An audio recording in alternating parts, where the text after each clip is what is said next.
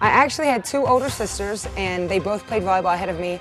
So I kind of got thrown into the sport. I didn't know anything about it, and so my sisters would play it, and I'd go watch them play. And once I did that, I fell in love with it. I just played in college. I played at Texas A&M, and then after college, my college coach was on the USA team when they won a silver medal in the '84 Olympics.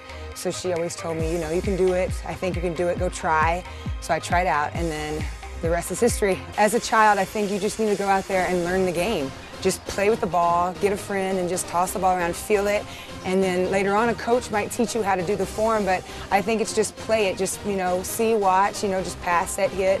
You can just play around with the ball, and as long as you can play with a friend, and you'll learn later by a coach, but I say just get a ball and go out there and play. I always say, why not you?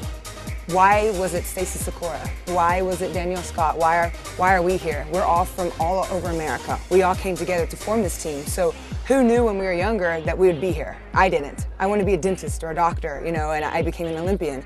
So I think that you just need to go for it. The international experience, I'll just go on that, like the international experience, just, you know, you read in history books what we see every day. Like we go to Russia, and I read about it, and I was a small town in Texas, and I never knew that I could go out and do this. And then once you start playing the sport, then you start, you know, meeting teams, seeing other team people, you start learning languages, speaking with other people, and you just kind of get that, you know, you get that fight to go against these people, but at the same time you get to learn about the world and languages and cultures, and it's an eye-opening experience. Volleyball can take you to places that you never thought you'd go.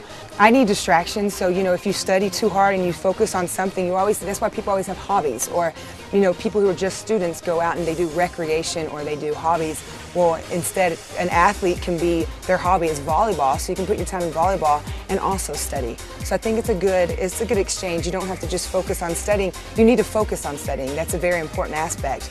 But the volleyball will take your mind off studying for a little bit. You know, it's a couple hours of practice a day, then you can go back to study. So I just think it's a good exchange. I was recruited for volleyball, basketball, and track from all over the country, and I chose Texas A&M because I got to play the other sports, so it was exciting. Once you get to a certain level, you want to be better and keep getting better, and you just have to maintain that. And one day or one bad day, no one's perfect, and I have to realize, okay, I might have missed this dig or missed this hit, but it's not the end of the world. Everyone makes mistakes. Move on, next ball, next step. So I think that's a big thing, is not to get down on yourself. Realize that you're not perfect. Wake up, you've done it a million times.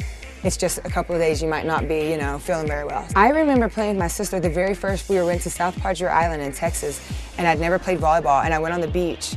And I remember my sisters are both older, and they were both like, get out the court, you're young. And so I remember being there, and this random man was teaching me how to underhand serve. I still to this day remember, and he was so nice, and my sisters were being so mean to me.